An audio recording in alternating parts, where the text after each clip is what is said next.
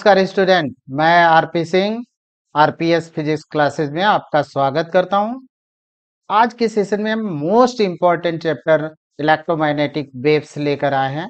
बड़े ही मज़ेदार चैप्टर है और इसको पढ़ने में बहुत ही मज़ा आएगा। तो आइए देखते हैं हम लोग electromagnetic wave. Electromagnetic wave concept लेने से पहले थोड़ा सा हम लोग बैकग्राउंड या इंट्रोडक्शन का पार्ट थोड़ा सा ले लेते हैं। तो इंट्रोडक्शन में क्या था, पहली चीज तो लाइट, हमारी लाइट है, इलेक्ट्रोमैग्नेटिक वेव है। आज के प्रेजेंट डे में लाइट जो होता है इलेक्ट्रोमैग्नेटिक वेव है, लेकिन जब शुरुआत हुई तो इस पर कॉन्ट्राडिक्शन आया और दो समकालीन फेमस जो साइंटिस्ट थे, न्यूटन एंड हाइगेंस, दोनों ने अपनी अपनी थियरी दी। और न्यूटन ने थियरी दिया कि Newton corpuscular theory, light is composed of very tiny elastic and rigid particles called corpuscular. ये न्यूटन ने कहा, जिसको बोलते हैं न्यूटन का कणिका सिद्धांत।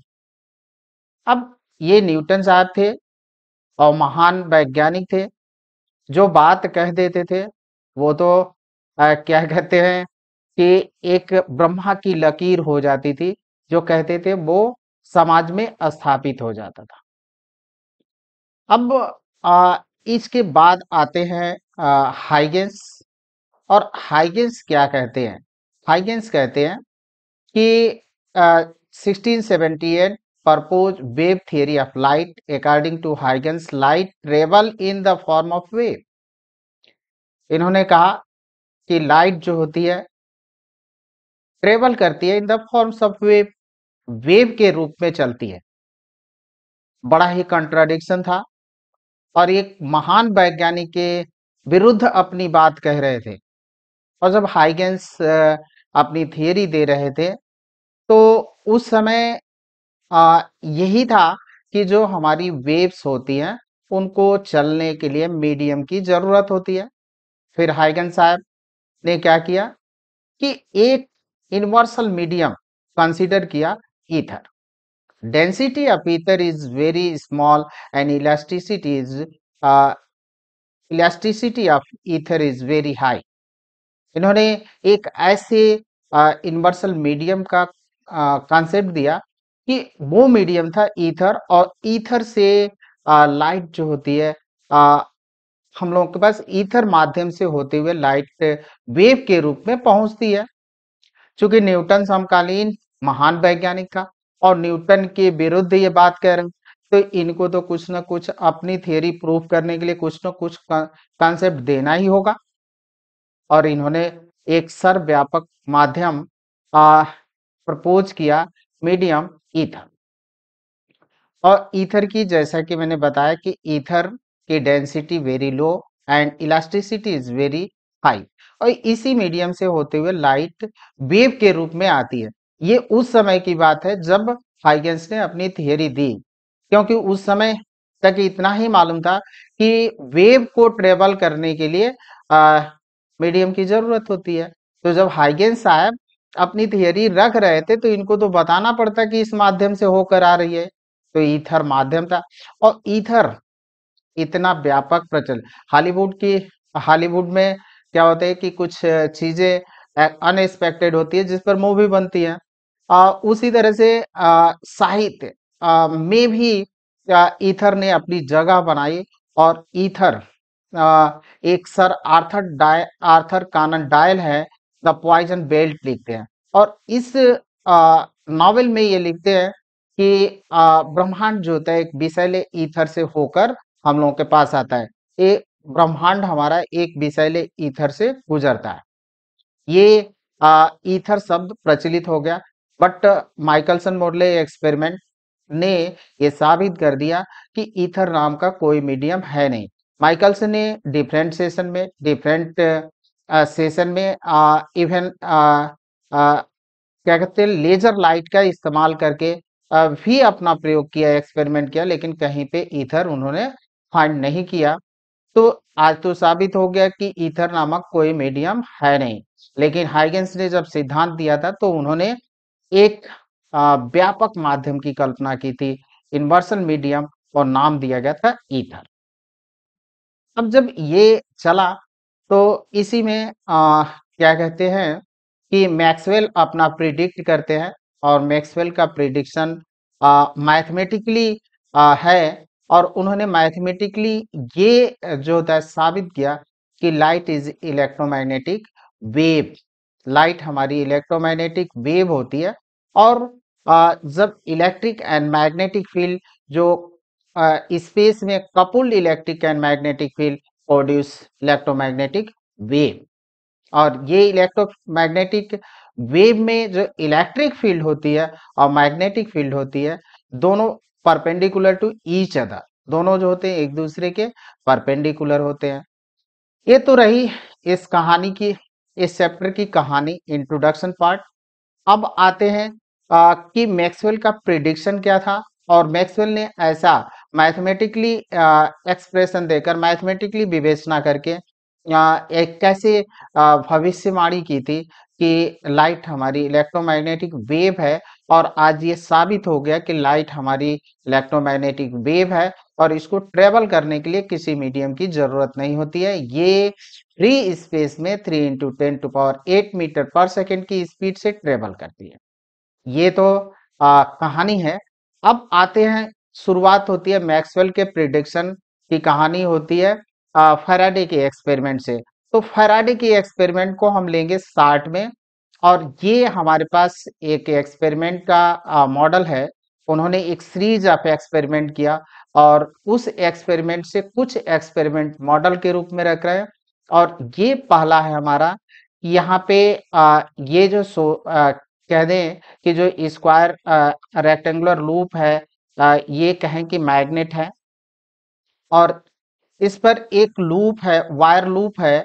और इस लूप में इस लूप को जब हम राइट में मूव कराते हैं, राइट में अगर यहाँ पे मैग्नेटिक फील्ड है, और magnetic field directed inward inward है, और इस लूप को हम राइट के तरफ मूव कराएं v वेलोसिटी से, तो लूप में करंट फ्लो करने लगती है।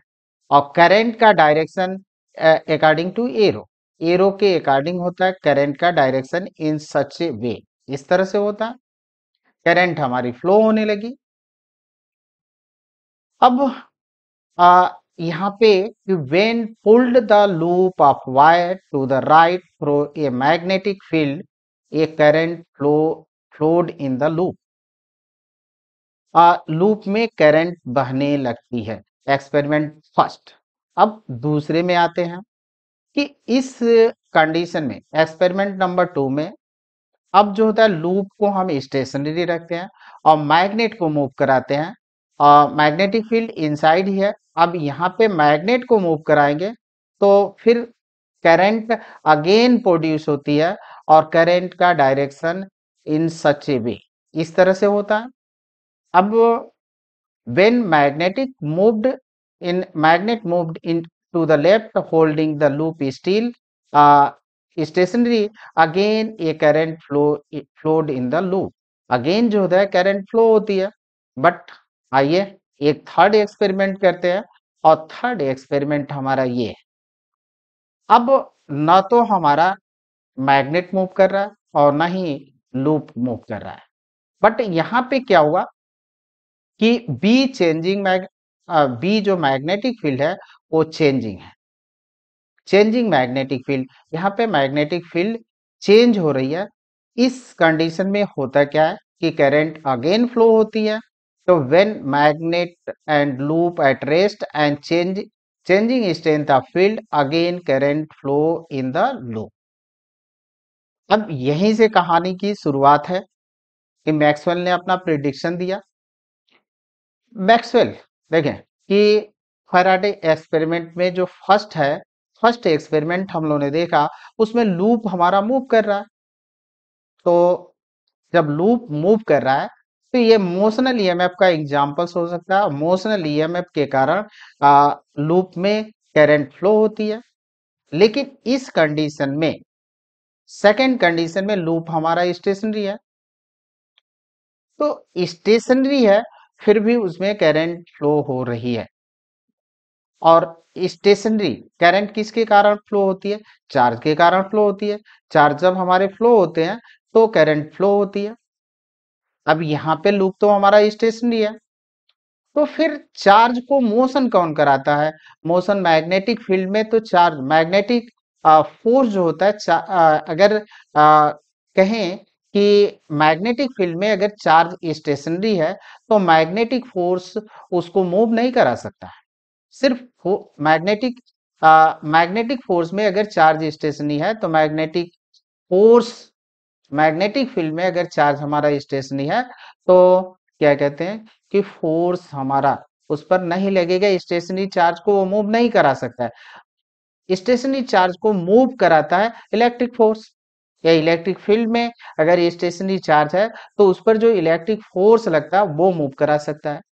बट वहां तो जो एक्सपेरिमेंट सेकंड है या थर्ड है, यहाँ पे तो इलेक्ट्रिक फील्ड कहीं भी किसी साइड में हमें दिख नहीं रही है कि कहाँ पे इलेक्ट्रिक फील्ड है।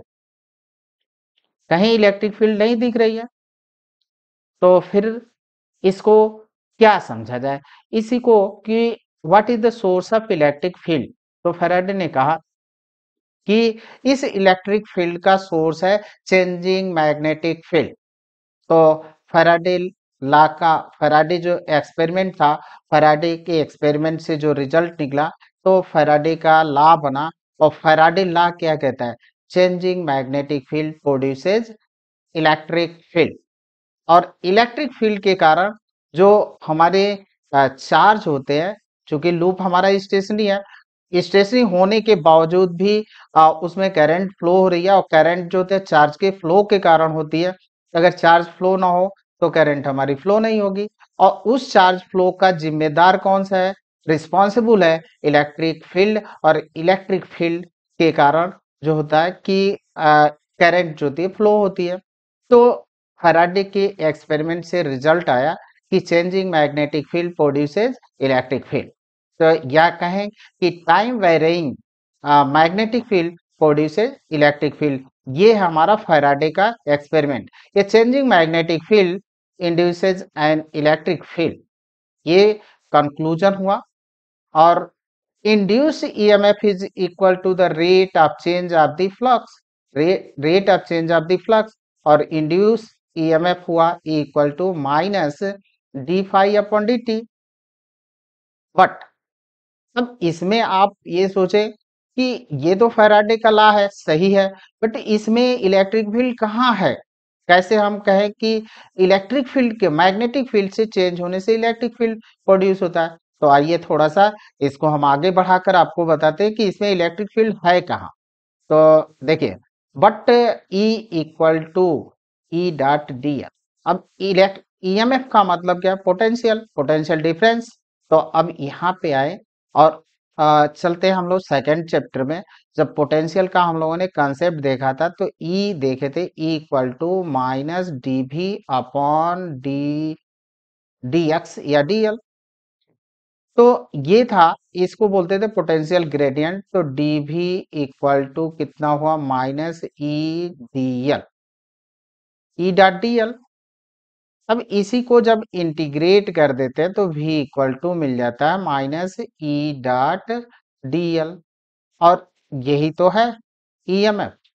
तो E इक्वल टू हमको मिलेगा ई डॉट डी एल, ये हो गया। और फ्लक्स इक्वल टू होता है फ्लक्स फाई इक्वल टू, देखते कि ये देखे थे कि बी और ये तो रखते हैं इसको ई की जगह पर, हमारा ये मिला। और फ्लक्स तो ये d phi upon D T. और फ्लक्स है बी डी फाई, यानी छोटे से एरिया एलिमेंट से कितनी फ्लक्स पास हो रही है? बी और ये लेते थे d A, B dot d A. तो होल सरफेस, अगर कोई सरफेस होल है तो वहां से कितनी फ्लक्स पास होगी? D phi equal to integration B dot D l. और यहाँ पे सरफेस क्लोज्ड है तो यहाँ पे हम क्लोज्ड इंटीग्रल लगाएंगे। तो phi equal to B dot d A. अब फाई की वैल्यू रख दें तो E dot D L equal to minus d upon D t B dot d A. अब देखिए डी अपॉन डी टी किसके, फाई बी, तो d B upon D t magnetic flex magnetic field हुआ, और magnetic field किसके respect से, time के respect से चेंज हो रहा है, यानी time varying magnetic field produces electric field. ये है फैराडे के एक्सपेरिमेंट का रिजल्ट, फैराडे लॉ। तो फैराडे लॉ क्या कहता है, फैराडे लॉ कहता है time varying magnetic field produces electric field, या changing magnetic field produces changing electric field. ये कंक्लूजन था फैराडे एक्सपेरिमेंट का। लेकिन अब आते हैं हम लोग यहाँ से एक बात और देखते हैं, और वो चीज है कि जब ऑरेस्टेड ने अपना एक्सपेरिमेंट किया था, तो ऑरेस्टेड ने ये देखा था कि करंट कैरिंग वायर एक्सपीरियंस या current carrying wire produces magnetic field around it. अगर कोई वायर है, इसमें करंट फ्लो हो रही है, तो ये अपने चारों ओर मैग्नेटिक फील्ड प्रोड्यूस करता है। ये सही है। अब इसी को आधार बनाया था किसने, फैराडे ने। और फैराडे ने कहा था कि अगर करंट के कारण मैग्नेटिक फील्ड प्रोड्यूस हो रही है, तो मैग्नेटिक फील्ड से करंट प्रोड्यूस होनी चाहिए। और यही बात यहाँ पे भी आया, और फैराडे ने ये सोचा कि law of inverse universe is symmetric. Universe के जितने भी लॉ होते हैं सिमेट्रिक होते हैं। अगर करंट मैग्नेटिक फील्ड प्रोड्यूस कर रही है, तो मैग्नेटिक फील्ड द्वारा करंट प्रोड्यूस होना चाहिए। और फैराडे ने अपने एक्सपेरिमेंट से, सीरीज ऑफ एक्सपेरिमेंट से इस रिजल्ट को फाइंड किया कि मैग्नेटिक फील्ड से करंट, इंड्यूस करंट प्रोड्यूस होती है। अब जब ये इनके पास कंसेप्ट फैराडे का एक्सपेरिमेंट आ गया, तो फैराडे का रिजल्ट ये मिला कि changing magnetic field produces changing electric field. तो मैक्सवेल ने भी ये देखा कि law of inverse is symmetric. Inverse के जो लॉ होते हैं वो सिमेट्रिक होते हैं, तो फिर इसका रिवर्स प्रोसेस भी ट्रू होना चाहिए। यानी अगर changing magnetic field produce electric field, तो चेंजिंग इलेक्ट्रिक फील्ड द्वारा मैग्नेटिक फील्ड प्रोड्यूस होना चाहिए। और इसी कॉन्सेप्ट को लगाकर इन्होंने अपना प्रिडिक्शन दिया कि changing electric field produces magnetic field, और इसे मैग्नेटिक फील्ड करंट से प्रोड्यूस होती है। लेकिन आइए आगे हम लोग देखते हैं। अब this is Faraday law in integral form में फैराडे लॉ है। अब आते हैं, ये होता है, ये हायर क्लासेस के लिए होता है। जब इसको 3D में लेते हैं, तो del cross E equal to minus del del B upon del t, ये डिफरेंशियल फॉर्म होता है। क्लास 12 तक या जेई के जरूरत नहीं, लेकिन जेई वाले या नीट वाले इसको जानना चाहिए कि ये differential form of Faraday law. तो this is the differential form, in differential form है फैराडे लॉ का। अब हमारे पास इंड्यूस इलेक्ट्रिक फील्ड, तो इंड्यूस इलेक्ट्रिक फील्ड आते हैं, और इंड्यूस इलेक्ट्रिक फील्ड होती क्या है, तो ये हमारे पास कंसेप्ट मिल गया कि changing magnetic field produces changing electric field. तो अब देखेंगे चेंजिंग इलेक्ट्रिक फील्ड कैसे जो होता है मैग्नेटिक फील्ड प्रोड्यूस करती है, उसी बात को हम लोग लेकर चलते हैं। अब यहाँ पे मान लेते हैं कि हमारे पास एक कंडक्टर है, और यहाँ पे मैग्नेटिक फील्ड है perpendicular to the plane of the paper directed inward. Inward direction में यहाँ पे मैग्नेटिक फील्ड का डायरेक्शन है, और यहाँ पे जो मैग्नेटिक फील्ड है वो हमारी इंक्रीज कर रही है। तो जब यहाँ पे हमारे पास कंडक्टर है, और कंडक्टर है, तो मैग्नेटिक फील्ड हमारी इंक्रीज कर रही है। तो याद करिए लेंज लॉ, या चेंजिंग मैग्नेटिक फील्ड क्या प्रोड्यूस करेगा, चेंजिंग मैग्नेटिक फील्ड प्रोड्यूस करेगा इंड्यूस ईएमएफ। और इंड्यूस, अगर हमारी सर्किट क्लोज्ड है, तो इंड्यूस करंट भी फ्लो होगी। अब दो कंडीशन होते हैं कि यहाँ पे हमारी मैग्नेटिक फील्ड, यहाँ पे जो हमारी बी परपेंडिकुलर है plane of the paper directed inward, और इसको हम करा रहे हैं इंक्रीज, इंक्रीज करा रहे हैं। तो इंक्रीज करेगा, तो फ्लक्स का डायरेक्शन आप देखें, फ्लक्स का डायरेक्शन कैसे है, फ्लक्स का डायरेक्शन अंदर की तरफ इंक्रीज हो रहा है, इस तरह से फ्लक्स हमारी इंक्रीज कर रही है। फ्लक्स जब इंक्रीज करेगी तो इंड्यूस ईएमएफ प्रोड्यूस होगा, इंड्यूस ईएमएफ के कारण इंड्यूस करंट प्रोड्यूस होगी। अब करंट हम लोगों ने देखा कि मैग्नेटिक फील्ड प्रोड्यूस करती है, और मैग्नेटिक फील्ड का डायरेक्शन हम लोग लेते हैं थंब रूल से, राइट हैंड थंब रूल से। तो अब हमारे पास मैग्नेटिक फील्ड तो इनवर्ड है। अब यहाँ पे दो कंसेप्ट आप देखें कि यहाँ पे मैग्नेटिक फील्ड इनवर्ड है, तो according to Lenz law, Lenz law कहता है कि जो नेचर होता है एवर्स चेंजिंग फ्लक्स, यानी प्रकृति जो होता है फ्लक्स में परिवर्तन का अपोज करती है, ये लेंज लॉ है। आ, अब लेंज लॉ के अकॉर्डिंग यहाँ पे इस कंडक्टर में करंट का डायरेक्शन इन सच वे, इस तरह से होना चाहिए कि जो उसका फील्ड हो, इलेक्ट्रिक फील्ड हो, इस इनवर्ड के अपोजिट हो, यानी आउटवर्ड की तरफ होना चाहिए। तो देखें कि यहाँ पे आप इस तरह से बनाएं, और ऐसे करंट को कर्ल करना है आपको करंट के डायरेक्शन में। तो करंट के डायरेक्शन में तो थंब जिधर होगा मैग्नेटिक फील्ड का डायरेक्शन होगा। तो अब यहाँ पे अगर हम करंट का डायरेक्शन इस तरह से ले लें एंटी क्लॉकवाइज, तो एंटी क्लॉकवाइज लेंगे तो थंब हमारा अपवर्ड है, यानी यहाँ पे एंटी क्लॉकवाइज करंट बननी चाहिए, करंट का डायरेक्शन एंटी क्लॉकवाइज होना चाहिए। तो यहाँ पे जो करंट हमारी बनेगी इस तरह से इस कंडक्टर में, वो किस तरह से होगी एंटी क्लॉकवाइज डायरेक्शन, ऐसे एंटी क्लॉकवाइज डायरेक्शन में करंट का होना चाहिए। मीन्स चार्ज हमारा किधर फ्लो होगा, क्योंकि ऐसा एजम्पशन है कि जो हमारे चार्ज होते हैं, इलेक्ट्रॉन्स होते हैं, वो इलेक्ट्रिक फील्ड के ये कहे करंट के अपोजिट डायरेक्शन में। तो करंट हमारी अगर एंटी क्लॉकवाइज डायरेक्शन में बन रही है, एंटी क्लॉकवाइज डायरेक्शन, चूंकि हमारा इनवर्ट डायरेक्शन में मैग्नेटिक फील्ड इंक्रीज हो रहा है, तो जो आई करंट होनी चाहिए उसका डायरेक्शन ऐसे हो कि वो इस मैग्नेटिक फील्ड का अपोज करे, क्योंकि जो इंड्यूस करंट हमारी प्रोड्यूस हो रही है आई इंड्यूस, वो किसके कारण प्रोड्यूस हो रही है, चेंजिंग मैग्नेटिक फील्ड, और मैग्नेटिक फील्ड इंक्रीज कर रहा है, तो इंड्यूस करंट का डायरेक्शन इस तरह से होगा कि इस मैग्नेटिक फील्ड के इंक्रीज का अपोज करे, यानी ये इनवर्ड है तो इसके द्वारा आउटवर्ड मैग्नेटिक फील्ड, और आउटवर्ड मैग्नेटिक फील्ड को कैसे रिप्रेजेंट करते हैं, डॉट से रिप्रेजेंट करते हैं। तो इसमें जो करंट इस तरह से एंटी क्लॉकवाइज है, तो मैग्नेटिक फील्ड का डायरेक्शन अपवर्ड होगा, डायरेक्टेड आउटवर्ड। तो इस तरह से करंट हुई, और ये करंट अगर हमारा एंटी क्लॉकवाइज फ्लो हो रही है, तो जो चार्ज होंगे इसमें इलेक्ट्रॉन होंगे, वो किस तरफ मूव करेंगे, इस तरफ मूव करेंगे, निगेटिव डायरेक्शन में, क्लॉकवाइज डायरेक्शन में, यानी क्लॉकवाइज इंड्यूस करंट के अपोजिट, तो क्लॉकवाइज डायरेक्शन में हमारी करंट इलेक्ट्रॉन जो होते हैं मूव होंगे।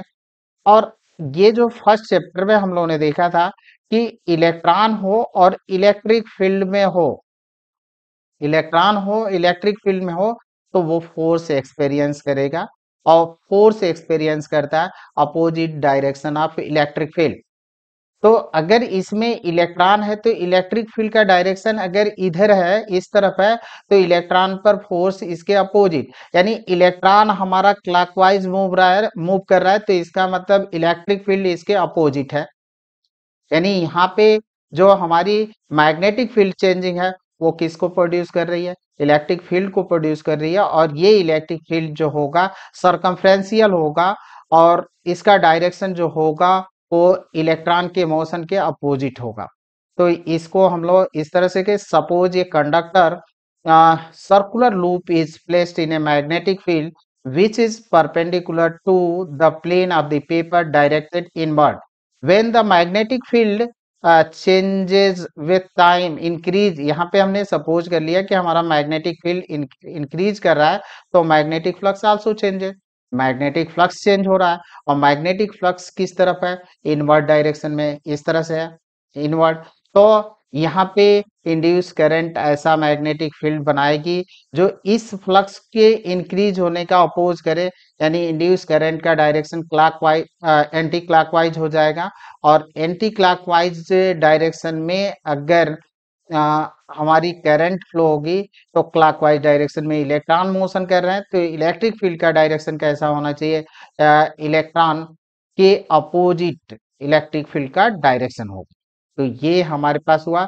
इंड्यूस ईएमएफ कितना हुआ, equal to minus d phi upon D T, और इंड्यूस करंट हुई हमारी आई ई अपॉन आर।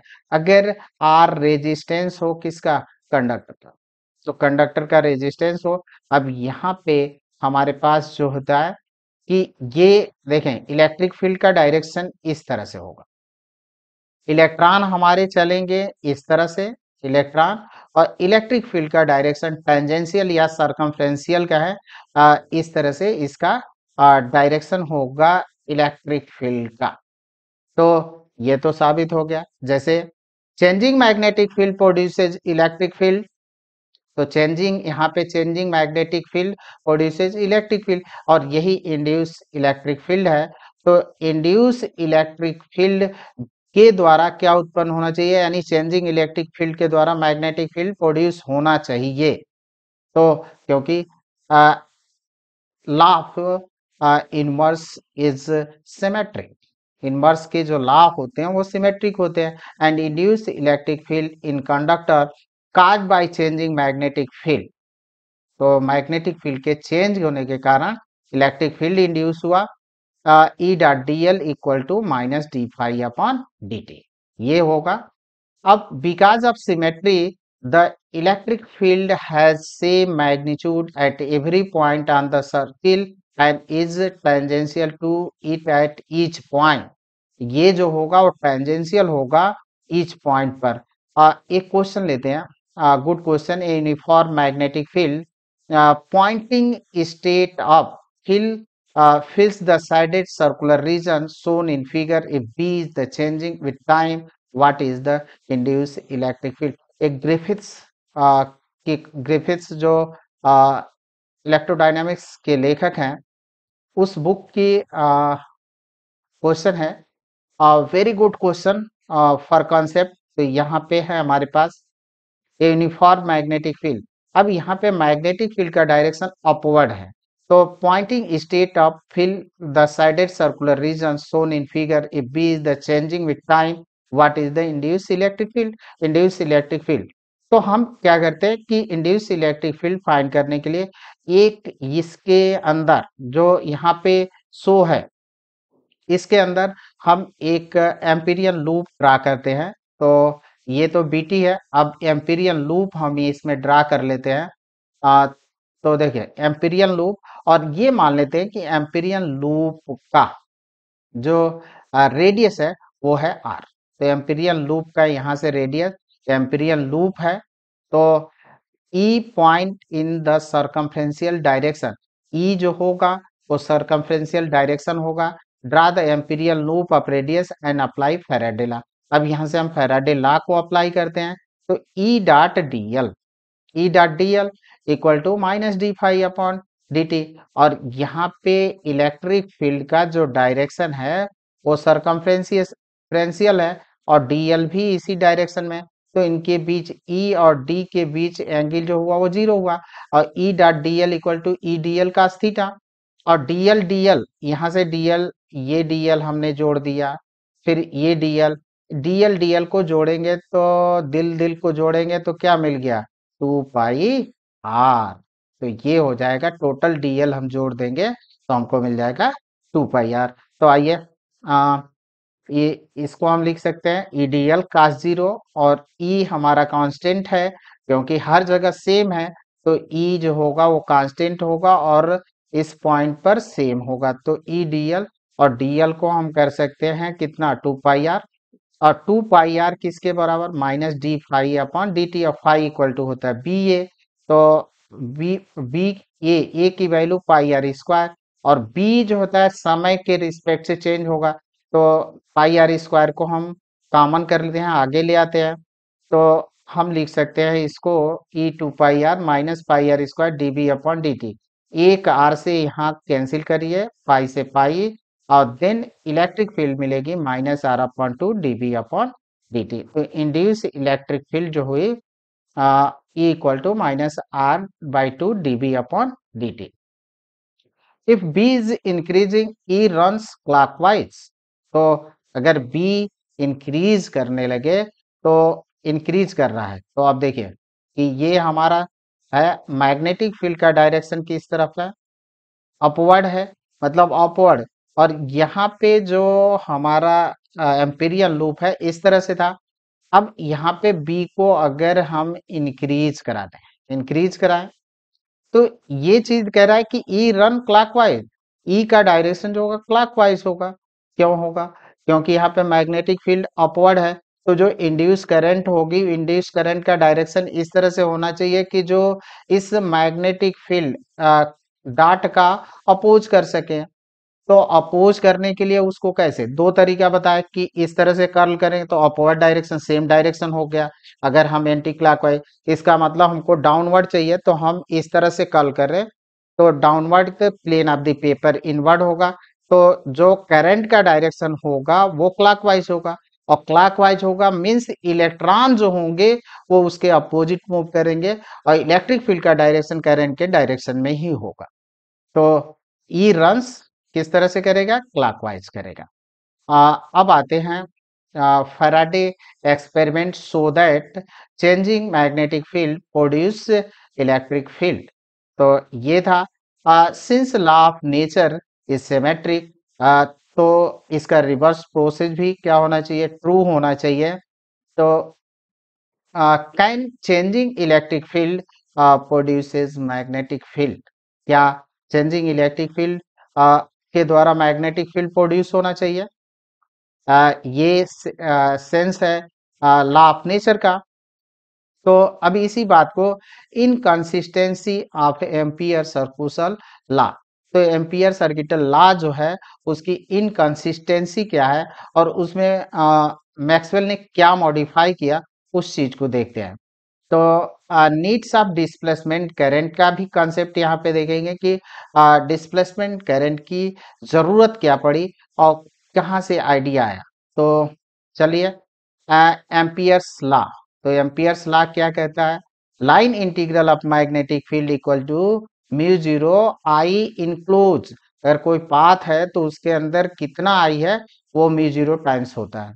तो ये है एम्पियर्स लॉ। अब यहाँ पे हम एक कैपेसिटर लेते हैं, और जब हम इस की को प्रेस करते हैं तो करंट फ्लो होने लगती है अकॉर्डिंग टू एरो।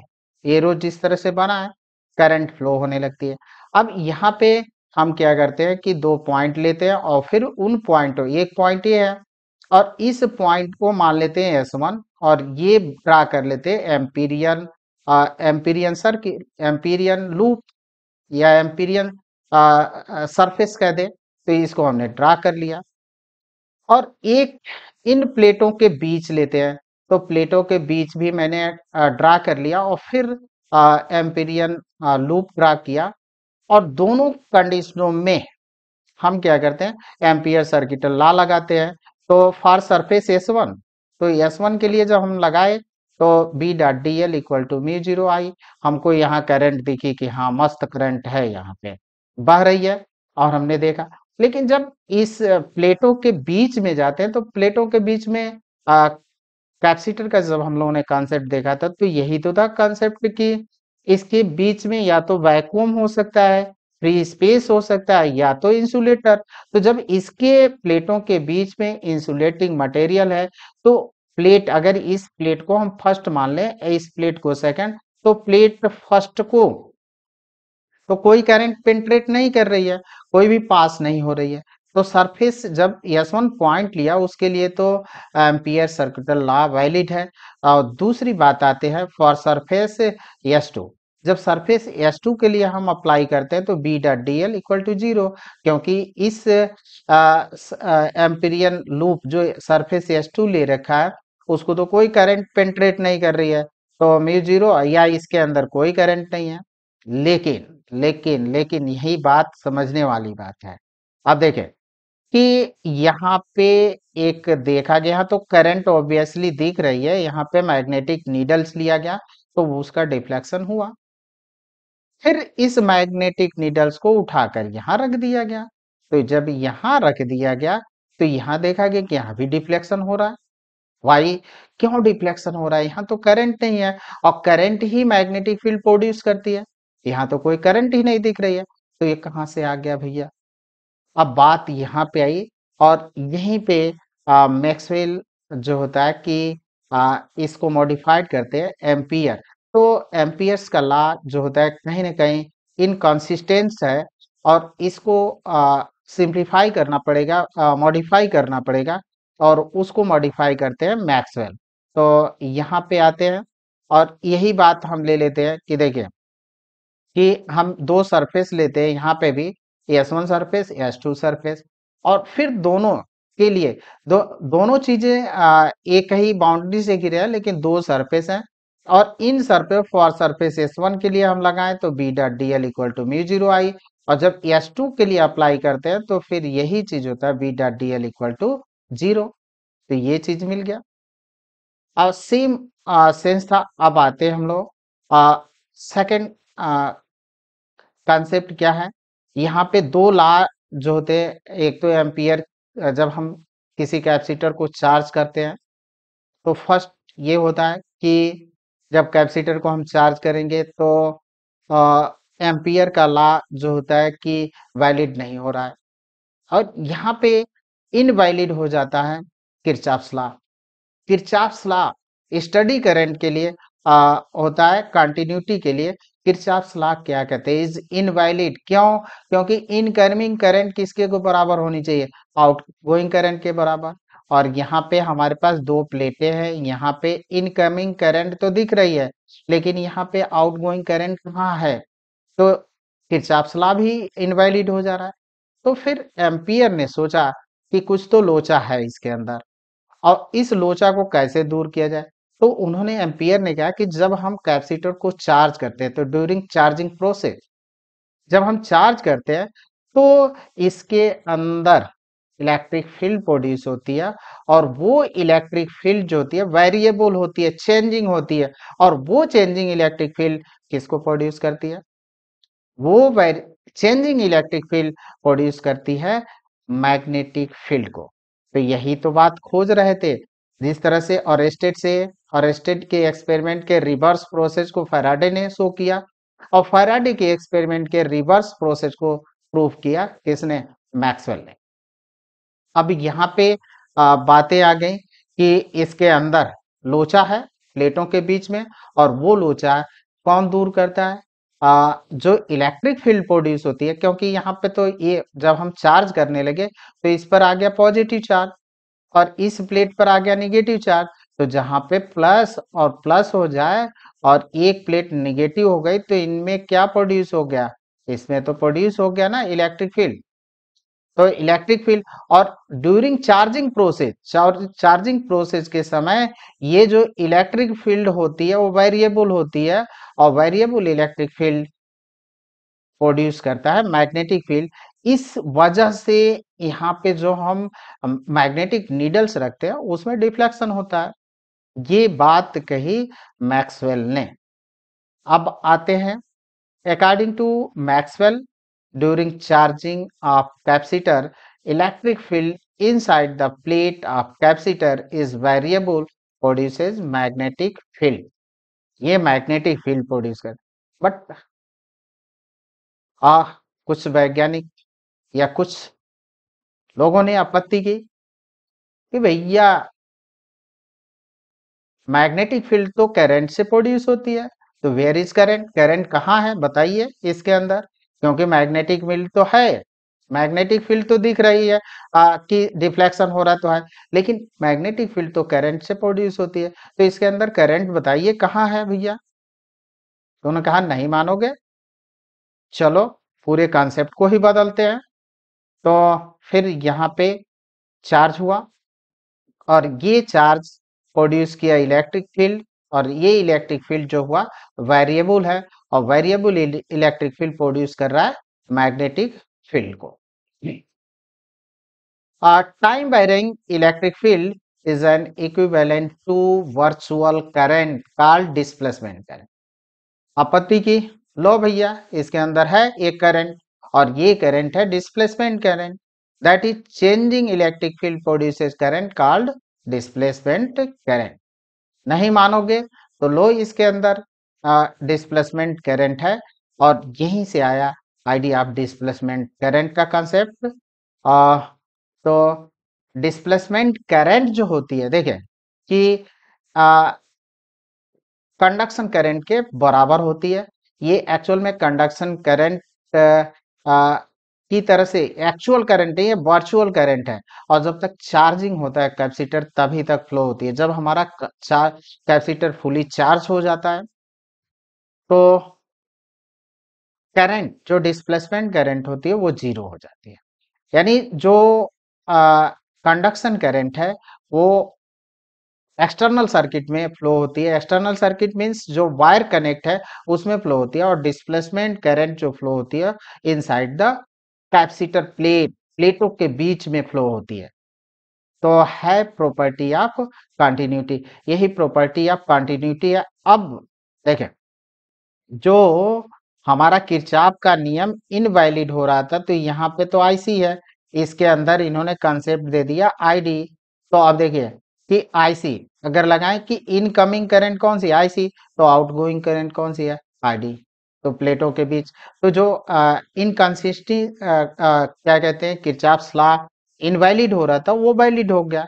और यही प्रॉपर्टी है प्रॉपर्टी ऑफ कंटिन्यूटी, ये प्रॉपर्टी ऑफ कंटिन्यूटी कहलाती है। और modification of ampere circular law, तो क्या मॉडिफाई हुआ, अब यहाँ पे आ गए हम लोग और ये देखा गया कि यहाँ पे एक पॉइंट लेते हैं तो करंट है हमारे ये पॉइंट, यहाँ पे एक पॉइंट ले लेते हैं बी पॉइंट। अब दोनों तरफ करंट देखे तो at point A B D L equal to mu zero I C, इसमें कौन सी करंट फ्लो हो रही है, करंट फ्लो हो रही है हमारी कंडक्शन करंट। और इसमें इस पॉइंट पर कौन सी करंट है, डिस्प्लेसमेंट करंट। तो यहाँ पे एट पॉइंट बी, बी पर इन्होंने देखा तो B dot D L equal to mu zero I d. अब इसको समराइज किया, और समराइज किया तो उन्होंने B dot D L equal to mu zero I c into I d, where I d displacement current है और ये होती है epsilon zero D phi upon D t, rate of change of flux. Displacement current होती है rate of change of flux, flux के rate of changing के equal होती है। अब आते हैं हम लोग, ये डायमेंशनली भी देखा गया तो ये जो होता है इक्वेशन ट्रू है। Epsilon zero D phi upon D T का डायमेंशन लिखते हैं तो इप्सिलॉन जीरो कितने के इक्वल होगा, एफ इक्वल टू होता है 1/4 पाई इप्सिलॉन जीरो, और क्यू Q1 Q2 दोनों सेम ले लेते हैं आर स्क्वायर। हमको इप्सिलॉन जीरो लेना है तो epsilon zero equal to Q square upon F into R square. तो ये हमने लिख लिया। अब फाई है तो फाई इक्वल टू कितना होता है, फाई इक्वल टू होता है ई ए। तो ई ए ले लिया, E electric field, A is the area, और डी टी का टाइम यहाँ पे हुआ। इलेक्ट्रिक फील्ड को भी चेंज कर सकते हैं और वो इलेक्ट्रिक फील्ड जो होगा एफ अपॉन क्यू। अब यहाँ से एक एफ कैंसिल हो रहा है, एक क्यू से क्यू कैंसिल हो रहा है, फिर जो मिला हमको Q A upon R square T. Q का डायमेंशन होता है 80, एरिया का L square, R square radius है तो इसका भी एल स्क्वायर, और टी है तो टाइम। अब यहाँ से एल स्क्वायर और टाइम से टाइम, तो ये मिल गया एम्पियर। तो सॉरी ये एम्पियर है, एरिया नहीं है। तो एम्पियर है क्यू ए, तो यहाँ पे ये जो होता है एम्पियर। तो डायमेंशनली भी ये जो डिस्प्लेसमेंट करंट का फॉर्मूला है प्रूफ है। अब मॉडिफाई करके हम इसको लिख सकते हैं प्रॉपर्टी ऑफ कंटिन्यूटी क्या है। तो पहली चीज तो कंटिन्यूटी प्रॉपर्टी ये है कि इसके बाहर जो होता है, जब हम कैपेसिटर को चार्ज कर रहे हैं तो वायर में जो करंट होती है वो कन्वेंशनल करंट होती है, कंडक्शन करंट होती है। और इसके अंदर इन प्लेटों के बीच का जो करंट होता है वो होता है डिस्प्लेसमेंट करंट। तो ये डिस्प्लेसमेंट करंट, कंडक्शन करंट क्या होगी, I C equal to D Q upon D T, क्योंकि ये फ्लो ऑफ चार्ज, चार्ज के फ्लो के कारण ये करंट फ्लो हो रही है। और ये करंट जो हो रही है चेंजिंग इलेक्ट्रिक फील्ड के कारण प्रोड्यूस हो रही है। तो कंडक्ट और during the charging process charge at any instant electric field between the plate, इन प्लेटों के बीच जो इलेक्ट्रिक फील्ड होगी Q upon epsilon zero A. ये हो गया हमारा। अब ए को हम इस जगह पर ले आ देते हैं तो ई ए होता है फ्लक्स हमारा। तो E A equal to Q upon epsilon zero. तो I D equal to epsilon zero D phi upon D T, और फाई की जगह पर हमने ई ए लिखा, और ई ए की जगह पर क्यू अपॉन इप्सिलॉन जीरो, तो epsilon zero D upon D T Q upon epsilon zero. Epsilon zero constant है, बाहर ले आए, इप्सिलॉन जीरो से epsilon zero cancel, D Q upon D T. और देखिए डी क्यू अपन यही हमारी कन्वेंशनल करंट थी, तो आई डी इक्वल टू आई सी। ये हमारा प्रूफ हुआ कि जो डिस्प्लेसमेंट करंट होती है वो कन्वेंशनल करंट के बराबर होती है। Conventional current outside the circuit plate होती है, और इनसाइड द प्लेट होती है वो डिस्प्लेसमेंट करंट होती है। अब यहाँ पे आउटसाइड द कैपेसिटर प्लेट की कन्वेंशनल करंट ही फ्लो होती है, डिस्प्लेसमेंट करंट हमारी जीरो होती है। इनसाइड द कैपेसिटर प्लेटों के बीच कंडक्शन करंट जीरो होती है, डिस्प्लेसमेंट करंट होती है।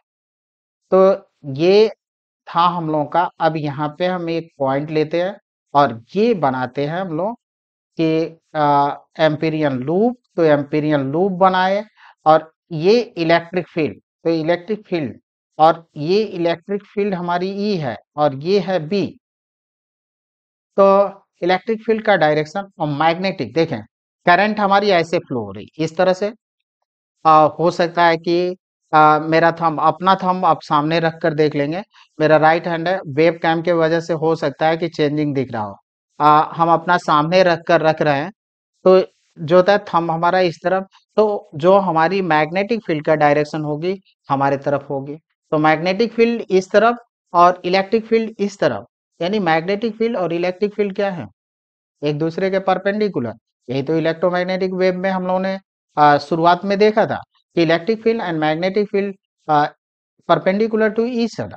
तो यहाँ से ये हो गया कि जो मैग्नेटिक फील्ड है हमारी, वो मैग्नेटिक फील्ड का डायरेक्शन यहाँ पे कैसे है, आउटवर्ड हमारी तरफ है, हम लोग के तरफ, और इलेक्ट्रिक फील्ड का डायरेक्शन इस तरफ। तो ये दोनों क्या हुए, परपेंडिकुलर टू ईच अदर। यानी जब वेव्स हम लोग शुरू करेंगे तो वेव्स में यही होगा कि एक ऐसे वाइब्रेट करेगी तो एक ऐसे, इस तरह से चलना है, इसको इस तरह से कंपन करना है। तो ये होगा हम लोगों का कंसेप्ट था। अब आते हैं इलेक्ट्रिक फील्ड का डायरेक्शन। तो electric field and magnetic field perpendicular to each other, perpendicular to each other है। अब क्वेश्चन कर लेते हैं यहाँ पे, area of parallel plate capacitor is A at any instant during the charging, current is I, find the displacement current in A by four area. A by four में क्या I current होगी कि कुछ चेंजिंग होगा, तो आइए इसको हम लोग कैलकुलेट करें। एक Q charge on plate, plate पर क्यू चार्ज हो तो I equal to D Q upon D T, ये होगी। अब आते हैं हम लोग, इलेक्ट्रिक फील्ड इनसाइड प्लेट कितना होता है, क्यू अपॉन इप्सिलॉन जीरो। ये अब निकाल लेते हैं, flux passing through plane surface, यहाँ पे जो हमारी प्लेट है इससे कितना फ्लक्स पास हो रहा है प्लेन सरफेस से, वो होगा E into five equal to E into, और किस एरिया से हमको ए बाई फोर एरिया से देखना है, तो ई इंटू ये होता है, तो ए बाई फोर ले लिया। अब आ, हमको डिस्प्लेसमेंट करंट फाइंड करना है, तो ये और यहाँ पे electric field E equal to था हम लोगों का Q upon epsilon zero A. तो हमने क्यू की वैल्यू यहाँ पे इलेक्ट्रिक फील्ड की वैल्यू पुट कर दी। अब displacement current five equal to, अब यहाँ से ये कैंसिल हुआ, तो Q upon four epsilon zero, ये हमारा फ्लक्स हुआ।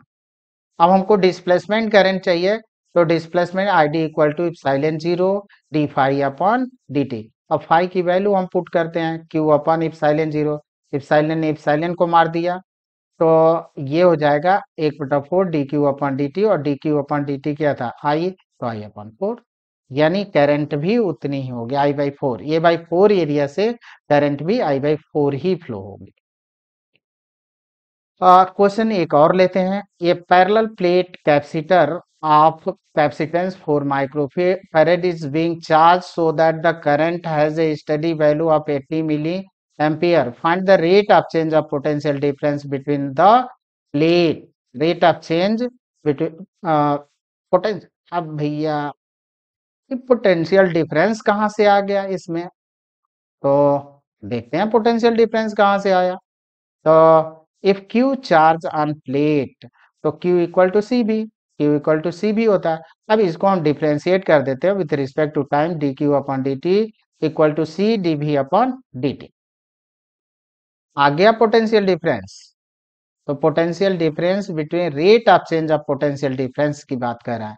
तो D Q upon D T क्या आई है, और ये हो गया सी, तो D V upon D T equal to हो जाएगा आई अपॉन सी। आई की वैल्यू 80 मिली एम्पियर, और 80 80 इंटू 10⁻³ और ये है 4 माइक्रोफैरेड, तो 4 इंटू 10⁻⁶ ये रख दिया। अब सिंप्लीफाई करना है तो सिंप्लीफाई कर ले, तो 20 इंटू 10⁻³ या 20 किलो वोल्ट, ये हमारा रिजल्ट हो। एक और क्वेश्चन लेते हैं, और क्वेश्चन है हमारा the voltage between the plate of a parallel plate capacitor of capacitance 2 microfarad at the rate of 10 volt पर second. Find the displacement current in the capacitor. Capacitance इतना है और ये कितना दिया, 10 वोल्ट पर सेकेंड। 10 वोल्ट पर सेकेंड है। अब देखें कि इसका मतलब क्या है।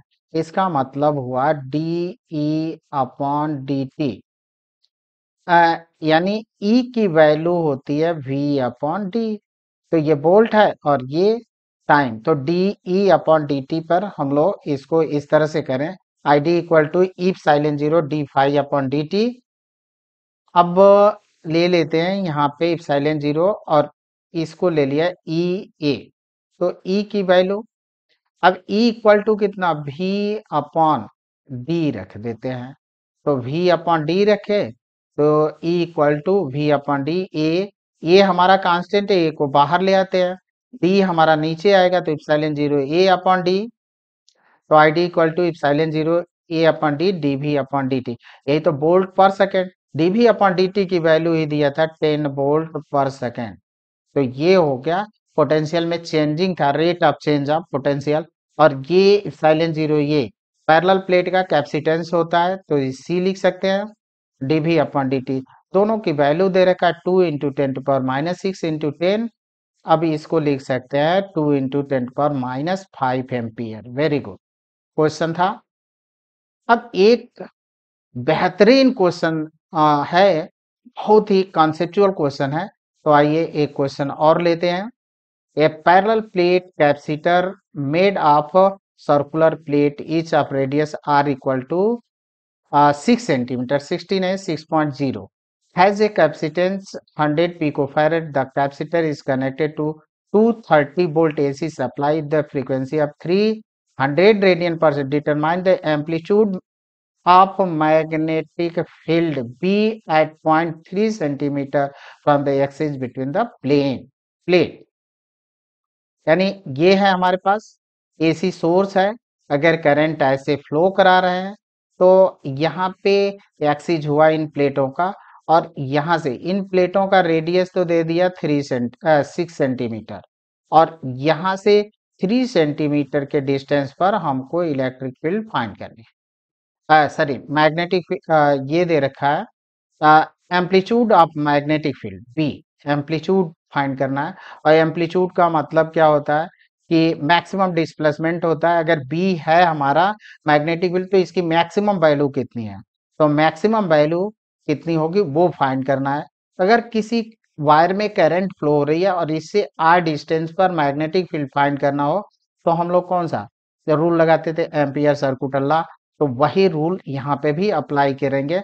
और चूंकि पहली चीज तो हमको आईआरएमएस की भी जरूरत है, तो हम पहले एक्सी निकाल लेते हैं, तब आईआरएमएस निकालेंगे, तब ये एम्पलीट्यूड नहीं।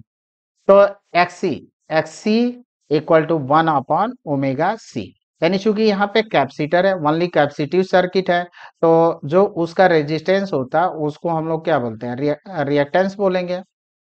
तो रिएक्टेंस है, और 1/ओमेगा सी, और ओमेगा की वैल्यू 300 दे रखा है और सी की वैल्यू 10⁻−10। इसको हम पीको है, 100 पीको था, पीको फैरेड। तो पीको में हम चेंज कर दें, पीको में वो कितना होता है 10⁻12, और ये 2 जीरो हटा दिए इसके, तो 10⁻−10। तो ये हमको मिला। अब 10⁸ ओम। अब आ गए IRMS अपॉन XC 230/1/3 10⁸8। इसको अगर हम सिंप्लीफाई करते हैं तो 6.9 इंटू 10⁶, और ये 10⁶ को हम लिख सकते हैं माइक्रो, तो माइक्रो एम्पियर। IRMS की वैल्यू हमको फाइंड हो चुकी। अब आते हैं हम लोग, ये देख लेते हैं कि डिस्प्लेसमेंट करंट जो होती है कंडक्शन करंट के इक्वल होती है। ये हम लोग प्रूफ भी कर चुके हैं, d∅/dt इप्सिलॉन 0 d/dt ये फाई की जगह पर। अब ये हमारा कांस्टेंट है, तो इसको हम क्या लिख सकते हैं, ई की जगह पर हमने लिख दिया v/d, तो dv/dt। और ये d बाहर आ गया तो इप्सिलॉन 0 a/d, इसको कैपेसिटेंस होता है dv/dt। dt आ गया c, और d/dt, और v इक्वल टू होता है q/c, तो dq/dt। c ने c को कैंसिल किया, और ये होता है कंडक्शन करंट। तो यानी डिस्प्लेसमेंट करंट हमारी कंडक्शन करंट के इक्वल होती है। तो ये अब आ गए यहाँ पे हम लोगों को देखें कि करंट यहाँ से फ्लो हो रही है, तो ये कंडक्शन करंट। और इसके अंदर की बात करें तो यहाँ से, ये प्लेट का है तो 6 सेंटीमीटर रेडियस है, और ये लेते हैं 3 सेंटीमीटर का रेडियस, तो यहाँ से यहाँ तक। अब यहाँ पे एक हम एम्पीरियन लूप ड्रा कर लेंगे। तो एम्पीरियन लूप ड्रा किए तो इसके through magnetic field B.dl equal to μ0 epsilon 0 d∅e/dt ये मिलेगा हम लोगों को इतना B.dl equal to μ0 epsilon 0 d∅e/dt। तो अब आते हैं, आ, अब ये बी, और ये देखें डीएल डीएल डीएल डीएल करेंगे, तो अगर ये स्मॉल आर ले लिए तो B.2πr equal to μ0 epsilon 0 d/dt, और ये हो गया ई ए। तो कहाँ से ये लिए, अब थोड़ा सा इसको हम बता दें आपको। देखें कि जो एम्पियर, मैक्सवेल ने एम्पियर रूल को मॉडिफाई किया था, वो ये किया था μ0 IC प्लस ID, ये where ID is the displacement current, तो μ0 और IC और प्लस इप्सिलॉन 0 d∅e/dt। अब इस फॉर्मूले का इस्तेमाल किया गया, एम्पियर, मैक्सवेल एम्पियर लॉ बोलते हैं। अब यहाँ से μ0 IC, तो इसके अंदर तो है नहीं, प्लेटों के बीच तो कौन सी करंट होती है, कंडक्शन करंट होती है। तो IC 0 है, तो ये कितना मिलेगा μ0 इप्सिलॉन 0 d∅e/dt ये मिलेगा हम लोग को। अब यही लिया गया यहाँ पे, अब फाई की जगह पर EA, where is the electric field between the plate and A is the area of the plate, तो एरिया ऑफ द प्लेट।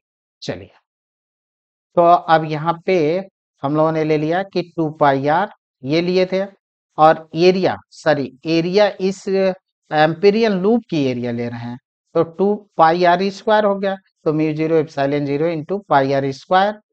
अब इसको हमको सिंप्लीफाई करना है, तो देखें पाई ने पाई को कट कर दिया, एक आर जो होता है एक आर को कट कर दिया, तो बी इक्वल टू मिलेगा μ0 इप्सिलॉन 0 r/2 de/dt। अब आते हैं हम लोग electric field inside the plate sigma upon epsilon 0, where charge density है, सरफेस चार्ज डेंसिटी, और ये होता है सिग्मा इक्वल टू Q/A। तो ये हो जाएगा Q/इप्सिलॉन 0 A। अब इसी को अगर हमको चाहिए dE/dt, तो इसको अगर डिफरेंशिएट कर दें dE/dt, तो मिल जाएगा 1/इप्सिलॉन 0 कांस्टेंट A और dQ/dt। ये कौन सी करंट होगी, कन्वेंशनल करंट होगी IC। तो but A equal to pi are square, यहाँ पे जो एरिया लिया गया वो इस प्लेट का लिया गया और इस प्लेट का रेडियस कितना है आर, तो ये हो गया पाई आर स्क्वायर। अब b equal to mu zero epsilon zero r upon two epsilon zero a, अब यही बात निकाले, एक बटा इप्सिलॉन जीरो आ गया और D Q upon D T, इतनी बात ई की डी अपॉन डी टी की जगह पर लिखा गया। तो डी अपॉन डी टी की जो वैल्यू आई वो इतनी है, ठीक है। अब यहाँ से देखें तो D Q upon D T conventional current हो गई म्यू जीरो आर, और यहाँ पे 2 इंटू पाई आर स्क्वायर, तो पाई आर स्क्वायर हो गया। अब ये मैग्नेटिक फील्ड हुई बी जीरो। अब हमको एम्पलीट्यूड चाहिए, तो b equal to b zero mu zero r upon two pi are square i zero, इसीलिए पहले हमने कैलकुलेट किया था उसको। और i zero peak of the current कितना होता है, i R M s upon root 2, तो आई आर एम एस जो मिला वो मिलेगा रूट 2 आई जीरो, ये हो। तो इतना चीज यहाँ पे रखा। अब सबकी वैल्यू फाइंड करनी, पुट करना है और कैलकुलेट करना है। तो म्यू जीरो को 4 पाई इंटू 10⁻⁷ आर, और ये इंटू है आर अपॉन 2 पाई, तो आर ऊपर है 2 पाई ये हो गया। आई आर एम एस, अब देखें कि आई आर एम एस ये चीज है, तो I R M S into R into, और ये 2 से हमने कैंसिल किया तो 2√2 हो जाएगा, 2√2 I R M S R upon R square into 10⁻⁷। अब आई आर एम एस हम लोग कैलकुलेट कर चुके हैं और इस सब की वैल्यू हम पुट करेंगे, देन वी गेट रिजल्ट। तो 1.626 इंटू 10⁻⁻11 टेस्ला। बहुत ही बेहतरीन सवाल था, जेई और जेई लेवल का या नीट लेवल का हो सकता है। तो थैंक यू स्टूडेंट, अगर वीडियो अच्छी लगी हो तो लाइक करें, कमेंट करें, शेयर करें, और सबसे बढ़कर अभी तक हमारा चैनल सब्सक्राइब नहीं किए हैं बाबू, तो नीचे बटन दबाकर सब्सक्राइब भी कर दें। धन्यवाद।